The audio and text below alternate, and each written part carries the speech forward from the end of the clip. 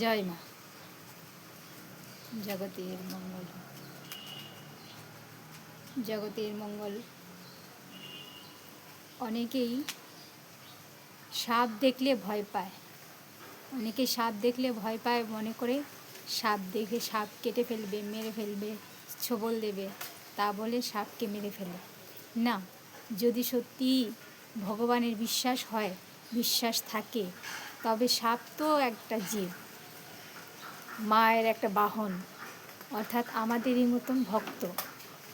তো ওই সাপকে দেখেই যে মেরে ফেলা, তা বিষের ভয়ে, তাহলে আমরা যদি প্রত্যেকটি সাপ মেরে থাকি, তাহলে আমাদের বংশেরও তো ক্ষতি।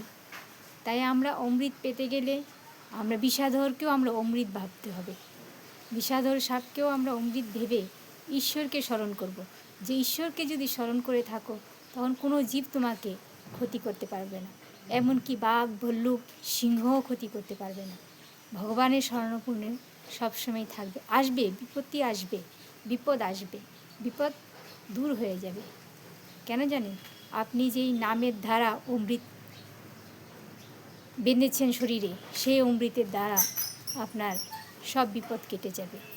তাই সর্প থেকে ভয় পাবেন না, সিংহ ভাল্লুক থেকে ভয় পাবেন না, কারণ আপনার ভেতরেই কত বিষ লুকিয়ে আছে।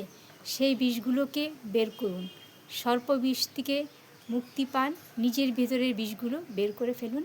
সিংহ ভাল্লুক থেকেও ভয় পাওয়া বদ্ধ করুন, নিজের সিংহ ভাল্লুককে দূর করুন।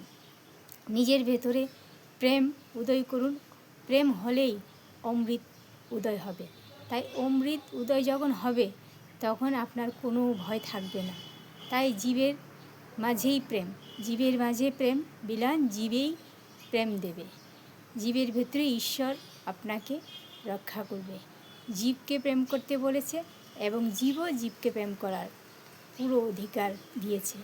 আর হিংসা যত করবেন, ততই বিষের সাগরে ডুববেন। অমৃত সাগরে ডুবতে গেলে হিংসা দূর করে কেবল প্রেম, প্রেম, প্রেম।